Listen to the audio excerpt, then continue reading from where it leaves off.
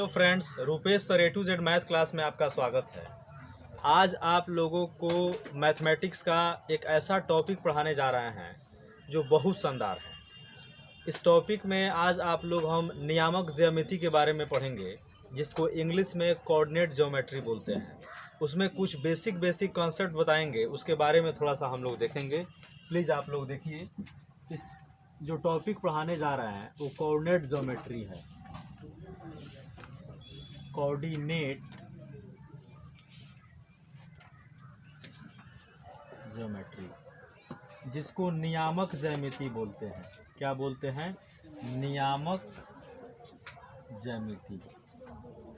ध्यान दीजिए, ये कोऑर्डिनेट ज्योमेट्री का हम बेसिक कॉन्सेप्ट के बारे में पहले बताएंगे।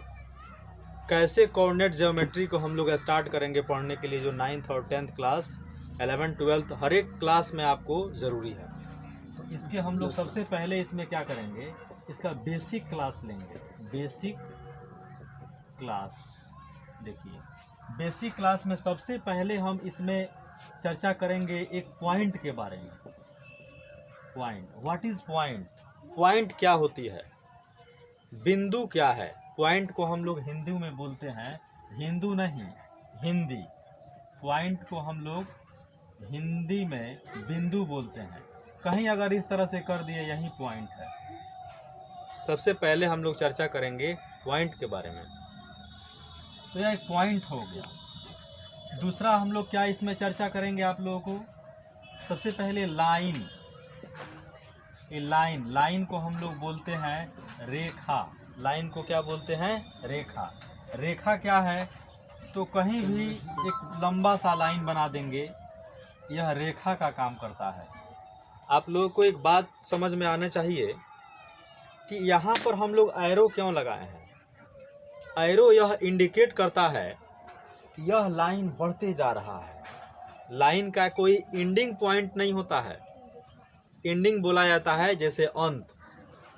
तो यह जो हम लोग तीर यहाँ पर जैसे ऐसे लगाए हैं, इसका मतलब है कि बढ़ते जा रहा है। इधर भी तीर लगाए हैं, इसका मतलब है कि यह बढ़ते जा रहा है। यही लाइन है, जिसको हम लोग हिंदी में रेखा बोलते हैं। बहुत अच्छा टॉपिक है। अगर समझ में आ जाए ज्योमेट्री, तो लगभग हम लोग समझें कि मैथमेटिक्स समझ में आ गया। इसके बाद में रेखा के बारे में बताएं। अब इसके बाद में होता है लाइन सेगमेंट। इसमें लाइन सेगमेंट के भी पहले एक टर्म आता है, जिसको हम लोग एरो बोलते हैं। एक आता है एरो, जिसको हम लोग तीर के नाम से जानते हैं। किसके नाम से जानते हैं? तीर। इस तरीका से लिखा रहता है, एक ही तरफ एरो रहेगा, इसको एरो बोलते हैं। चाहे इधर से रहे या इधर से रहे, इस तरह एरो बोलेंगे इसको। तो एरो में आप लोग क्या देख रहे हैं? रेखा में दोनों तरफ बढ़ रहा है। इधर भी इसका एंडिंग पॉइंट नहीं है, मतलब यह अंत नहीं हो रहा है, और इधर भी अंत नहीं हो रहा है। लेकिन एरो जो है, जो तीर है, इसमें एक तरफ अंत बिंदु है और एक तरफ इसका अंत बिंदु नहीं है, ये बढ़ते जा रहा है।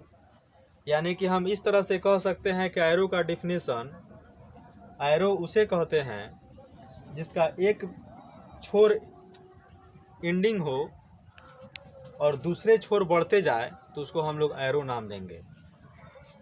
एक होता है लाइन सेगमेंट।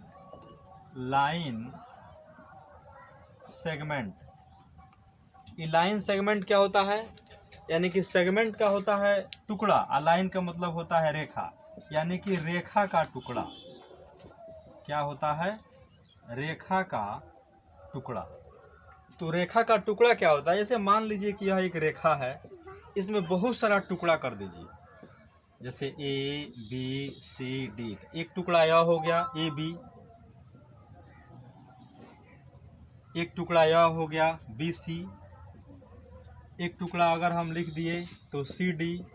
इस तरीक़ा से लाइन को अगर बहुत सारे पार्टों में बांट दिया जाए, टुकड़ा कर दिया जाए, तो उसको इंग्लिश में हम लोग लाइन सेगमेंट बोलते हैं। लाइन का टुकड़ा।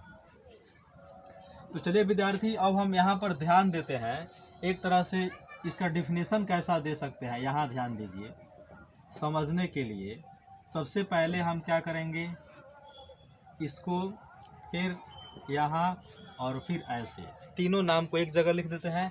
इसको बोलते हैं हम लोग लाइन, जिसको बोलते हैं रेखा, इसको बोलते हैं एरो, इसको हम लोग तीर, और इसको बोलते हैं लाइन सेगमेंट। हाँ, अब रह गया बात, इसमें क्या होता है, नो एंडिंग पॉइंट, इसमें अंतिम बिंदु नहीं होता है, नो एंडिंग पॉइंट। लाइन हो गया, एरो में होता है वन एंडिंग पॉइंट, एक अंतिम बिंदु होगा। इसमें जो होता है दोनों बिंदु एंडिंग होता है, टू एंडिंग पॉइंट। चलिए, तो यह हो गया रेक लाइन, यह हो गया एरो, यह हो गया लाइन सेगमेंट। तो इस तरीका से हम आगे हम लोग चर्चा करेंगे। और पॉइंट के बारे में तो आपको बता दिया है, अगर इस तरह कहीं रहे तो इसको हम लोग बोलते हैं पॉइंट, पॉइंट को बोलते हैं बिंदु। अब यहाँ पर मान लीजिए कि हम कोई दो बिंदु ले लेते हैं, एक यहाँ पर बिंदु ले लेते हैं, एक यहाँ पर बिंदु ले लेते हैं, और इस दोनों बिंदु को हम मिला देते हैं। इस बिंदु का नाम ए देते हैं, इस बिंदु का नाम बी देते हैं। ध्यान देने वाली बात, तो ये दो बिंदु है, तो यहाँ पर लिखेंगे 2 पॉइंट्स ए एंड बी। कितने पॉइंट्स हैं विद्यार्थी? तो 2 पॉइंट्स हैं, ए और बी।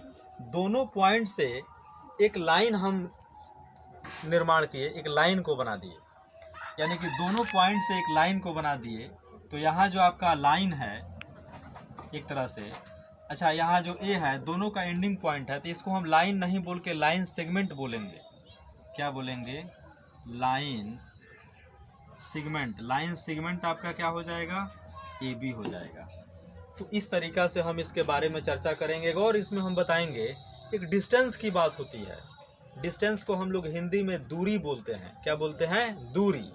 जैसे देखिए ए से बी यानी कि 2 पॉइंट के बीच को, इसको हम लोग दूरी बोलते हैं।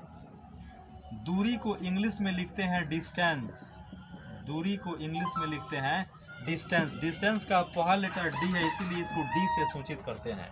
यानी कि लिखेंगे डिस्टेंस, डिस्टेंस ए बी यानी कि डी से इसको लिख देंगे। कहीं कहीं डिस्टेंस को एक्स से भी लिखते हैं। इस तरीका से बहुत सारा चीज़ हम लोग लिख सकते हैं, नोटेशन दे सकते हैं, बना सकते हैं। और आपको कभी भी ज्योमेट्री की क्लास जब करनी होगी तो रेखा गणित से रिलेटेड बहुत सारी जानकारी आपको होनी चाहिए, जो आपके पढ़ाई में आगे बहुत मददफुल होगी। और हम इसके आगे बताएंगे कैसे किसी चीज़ को 2 पॉइंट के बीच में कैसे दूरी को निकालते हैं, क्या क्या करते हैं, बहुत सारे संभावनाएं भी हैं, उसको क्रिएट करेंगे। और इसके आगे वाले वीडियो को देखने के लिए हमारे चैनल को सब्सक्राइब करें, Rupesh sir A to Z math class. और आप हमेशा, हम आपसे यही हमेशा कामना करते हैं कि आप अपने पढ़ाई में पूरी तरह से मन लगाएं। और जो भी दिक्कत हो रहा है हमारे क्लास में पढ़ने में आपको, तो प्लीज़ कमेंट और शेयर करके हमको बताएं, ताकि उसमें और भी हम लोग सुधार लाएं।